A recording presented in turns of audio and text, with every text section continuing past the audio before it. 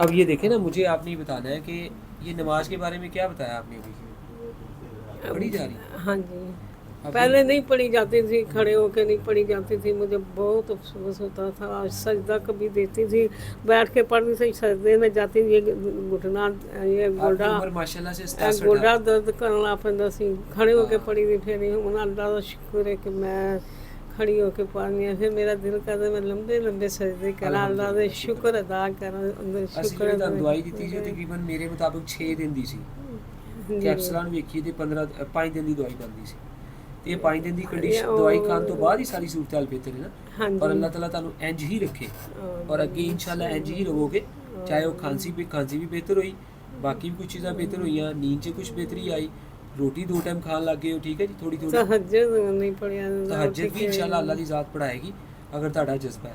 तो मज़ीद दवाई मैं 10-15 दिन की देवांगा, रेगुलर चलती रहेगी, बाकी के मामला भी इंशाल्लाह बेहतर हो जाएंगे, बिल्कुल परेशान नहीं होना, अल्लाह करम करेगा इंशाल्लाह। जे नमाज पढ़न लग गए ने ਇਹਦੇ 'ਚ ਸਾਨੂੰ ਵੀ, ਸਾਡੇ भी दिल में सुकून ਹੁੰਦਾ है ना, बड़ी खुशी ਤੇ मिलदी है, अल्हम्दुलिल्लाह। खुशी नाल लेकिन ये एक गल है, शुक्राने दे तौर ते लंबे लंबे सजदे हाँ करांगे, जी, इवें मेरा दिल सजदे करने ने, लेकिन अपने आप ਨੂੰ नज़र नहीं लवा ਲੈਣੀ। नज़र इंज लगेगी कि ਜਦੋਂ ਅਸੀਂ ਬਦਪਰਹੇਜ਼ੀ ਕਰਾਂਗੇ, ਉੱਥੇ ਫਿਰ ਹੁੰਦਾ ਕਿ ਬਿਹਤਰ ਹੋਇਆ ਇਨਸਾਨ ਦੁਬਾਰਾ ਯਕਦਮ ਖਰਾਬ ਹੋ ਜਾਂਦਾ, ਤੇ ਫਿਰ सारा सिस्टम खराब हो जाता है।